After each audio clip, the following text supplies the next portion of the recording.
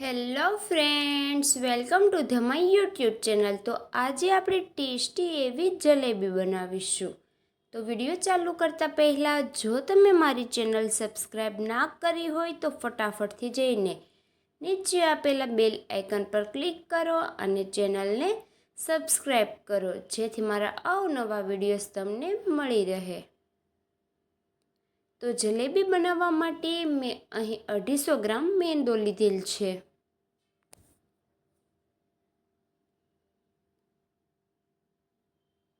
ત્યાર પછી હવે આપણે તેમાં અડધી ચમચી જેટલું મીઠું ઉમેરીશું। ત્યાર પછી હવે તેમાં 1 વાટકી છાશ ઉમેરીશું। તમે ઈચ્છો તો તમે દહીંમાં પણ પલાળી શકો છો। ત્યાર પછી તેમાં અડધો ગ્લાસ પાણી ઉમેરી સારી રીતે મિક્સ કરી દઈશું। તો ફ્રેન્ડ્સ, અહીં આથો લાવવાની જ ખૂબી છે। જો આ રીતે બનાવશો તો તમારો આથો ફટાફટ આવી જશે। તો એક પણ લમ્સ ના રહે તે રીતે હાથની મદદથી સારી રીતે ફેટી લઈશું। ત્યારબાદ જે લાડવાનો કલર આવે છે તે અહીં કલર થોડો પાણીમાં મિક્સ કરીને આપણે બેટરમાં ઉમેરી દઈશું, જેથી બેટરમાં ઉમેરવાથી જલેબી છે તે થોડી ઓરેન્જ ટાઈપ બને છે। તો હવે સારી રીતે મિક્સ કરી લઈશું। તો ફ્રેન્ડ્સ, જોઈ શકો છો આ રીતનું બેટરનું થિકનેસ રાખવાનું છે। તો હજુ થોડી વાર ફેટી લઈશું અને આપણે બેટરને ઢાંકીને 3 થી 4 કલાક માટે રહેવા દઈશું।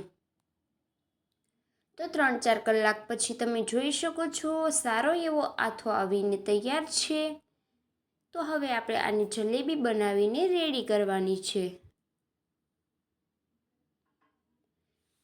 તો હવે ચાસણી લઈશું। તે માટે એક કડાઈ મૂકીશું, તેમાં 1 વાટકી ખાંડ ઉમેરી દઈશું। ત્યારબાદ તે ખાંડ પલળે તેટલું તેમાં પાણી ઉમેરીશું અને ગેસને ધીમી આંચ પર રહેવા દઈશું। તો હવે જોઈ શકો છો આપણી ખાંડ છે તે ઓગળી ગઈ છે અને ધીમે ધીમે બબલ્સ થવા લાગ્યા છે, એટલે કે ચાસણી આવવાની તૈયારીમાં છે। તો બિલકુલ ઘાટી એવી ચાસણી લાવવાની છે। તો આ રીતે આપણે થોડી વાર રહેવા દઈશું। ત્યાર પછી અહીં આપણે જે લાડવાનો કલર વાપર્યો હતો તે ફરીથી ચાસણીમાં ઉમેરીશું।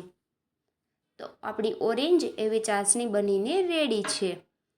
તો હવે આપણે જલેબી બનાવીશું। તે માટે ગેસ પર અહીં મેં એક ડીશ મૂકેલ છે, તેમાં આપણે તેલ મૂકીશું। અહીં આપણે ડીશમાં જલેબી બનાવવાની છે।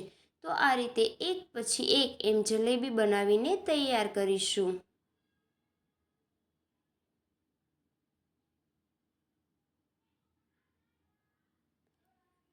તો હવે આપણી જલેબી એક બાજુથી સારી રીતે તળાઈ ગઈ છે। તો આપણે તેને બીજી બાજુથી તળીને તૈયાર કરીશું। તો હવે આપણી બધી જ જલેબી તળાઈ છે। તો હવે આપણે જલેબી તળાઈને કમ્પ્લીટ થઈ ગઈ છે। તો જોઈ શકો છો બિલકુલ ક્રિસ્પી એવી જલેબી રેડી છે। ત્યાર પછી હવે આપણી જે ચાસણી છે તેમાં આપણે જલેબીને ઉમેરવાની છે। તો ચાસણી બિલકુલથી તૈયાર છે। ત્યાર પછી હવે આપણે જે તળેલી જલેબી રાખી છે તે એક પછી એક એમ ચાસણીમાં ઉમેરતા જઈશું। જલેબી સારી રીતે ચાસણીમાં ડૂબે તેટલી આપણે તેમાં રહેવા દેવાની છે, જેથી આપણી ચાસણી છે તે જલેબીને સારી રીતે લાગી જાય। તો તમે જોઈ શકો છો બિલકુલ ફરસાણવાળા ને ત્યાં બને તેવી નેચરલ એવા કલરની જલેબી બનીને તૈયાર છે। તો એક પછી એક એમ આ રીતે બધી જ જલેબીને ચાસણીમાં બોળી દઈશું અને હવે આપણી જલેબી બનાવીને બિલકુલ રેડી છે। તો ફ્રેન્ડ્સ, તમને આ જલેબીની રેસીપી કેવી લાગી તે કોમેન્ટ કરો અને મારી ચેનલ ખુશી કુકિંગને લાઈક કરો, શેર કરો અને સબસ્ક્રાઈબ કરો।